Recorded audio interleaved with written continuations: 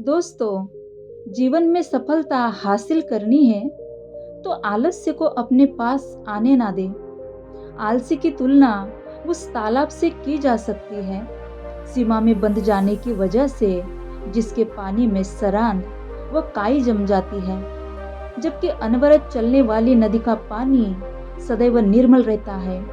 यदि आप दिन भर घर में पड़े रहते हैं तो आपके हाथ पैर जकड़ जाएंगे, आपको चलने फिरने में दिक्कत होगी।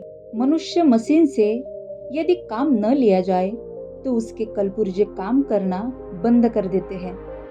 तो दोस्तों, आज की कहानी है कि आलस से बचना चाहिए। तो चलिए कहानी की शुरुआत करते हैं। बहुत पुरानी बात है।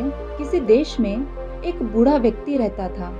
वह काफी मेहनती था, खेतों में काम करके अपना गुजारा करता था। उसके 3 लड़के थे जो बड़े ही आलसी थे। उसके आलस्य की वजह से बूढ़ा और उसकी पत्नी काफी परेशान रहते थे। दोनों अपने लड़कों को समझाने की कोशिश करते, लेकिन तीनों अपने आलसीपन से बाज नहीं आए। एक दिन बूढ़ा किसान चल बसा। बुढ़िया ने अपने बेटों को खेत पर जाने के लिए कहा, लेकिन वे गए नहीं।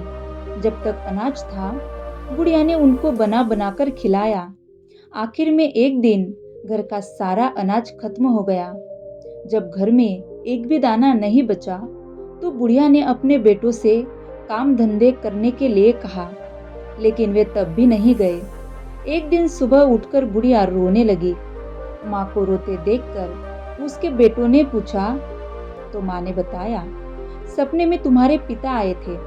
उन्होंने बताया कि यदि तुम लोग खेत में से गड़ा हुआ धन निकाल कर ले आओ तो हमारी गरीबी दूर हो सकती है।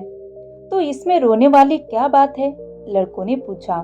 बुढ़िया बोली, मैं तो यह सोचकर रो रही हूँ कि अब खेत खोदकर कौन धन निकाल कर ले आएगा। किसी दूसरे से कह भी नहीं सकती, इसलिए रो रही हूँ। बुढ़िया की बात सुनकर तीनों बेटे खेत में जाकर जमीन खोदने लगे। तीनों बेटे एक ही जगह खुदाई कर रहे थे। यह देखकर बुढ़िया ने कहा, धन खेत में कहीं भी हो सकता है, इसलिए पूरे खेत की अच्छे से खुदाई करो।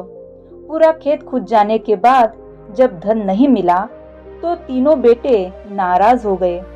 बुढ़िया ने कहा, ठीक है, सपने में तुम्हारे पिता आने पर मैं उनसे इसकी शिकायत करूंगी। जब खेत की खुदाई हो गई है तो क्या इनमें अनाज बो दिया जाए? बेटों ने अनाज बो दिया। कुछ ही दिनों में खेत में फसल लहराने लगी। फसल काटने का वक्त आया तो एक दिन बुढ़िया फिर रोने लगी।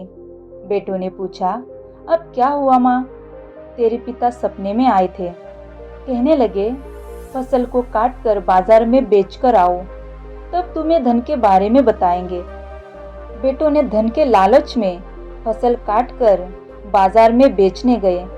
फसल बेचने पर जब उन्हें धन मिला तो तीनों बेटे बहुत खुश हुए। उस दिन से तीनों ने आलस्य त्याग कर खेत में काम करना शुरू कर दिया।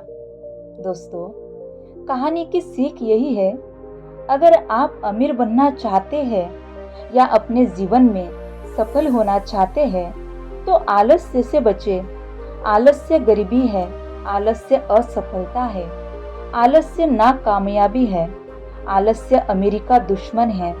आलस्य को दूर भगाए और सफल व्यक्ति बन जाए। सफल बनना है तो आलस्य को त्यागना ही होगा। आलस्य से जीवन के रचनात्मक पल नष्ट हो जाते हैं।